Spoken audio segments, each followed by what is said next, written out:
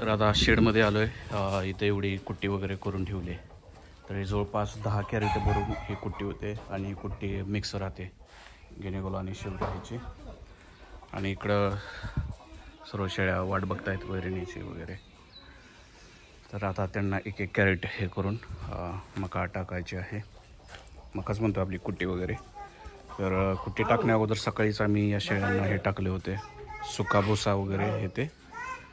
आणि 8 वाजता किंवा जे काय पिल्लं आहेत त्यांना मका वगैरे हे ते.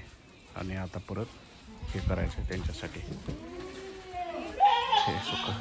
तर हे टाकताना ना प्रत्येक कॅरेट भरून घ्यावं लागते, पटपट भरून घ्यायचं. आणि जिथं शेळ्या वगैरे आहेत त्या कप्प्याला 2-2 कॅरेट तरी टाकावे.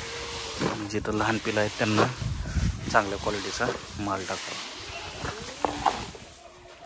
तर सर्व कॅरेट भरून त्याचे तुम्हाला गव्हाणे दिसतील, त्या गव्हाण्यामध्ये तो माल टाकण्यात यावा. तसेच आता 10 वाजता शेळ्यांना पाणी पण सोडायचं असते. तर प्रत्येक ह्याच्यामध्ये पाणी पण सोडायचं आहे.